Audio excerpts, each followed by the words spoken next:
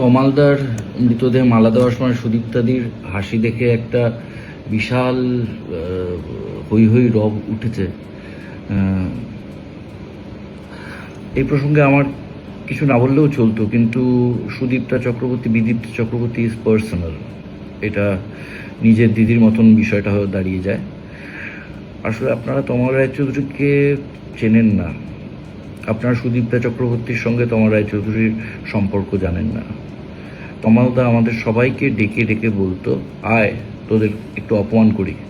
এটা ছিল ওর আদরের ধরন, ওনার ভালোবাসার ধরন।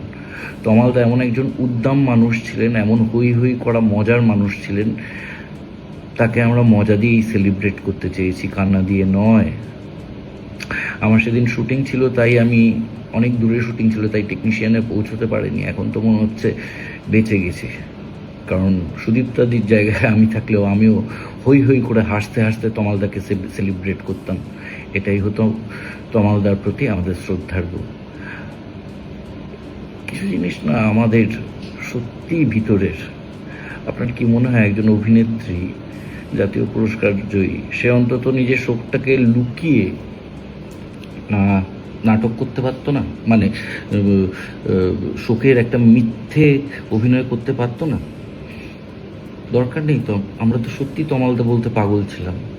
আমাদের বাচ্চাদের কাছে তমালদা গার্জিয়ান ছিল। আর বিদীপ্তা চক্রবর্তী, সুদীপ্তা চক্রবর্তী মানুষকে যদি ভালো না বাসে, তাহলে কারা বাসে সেটা আমার জানতে একটু পরিশ্রম করতে হবে।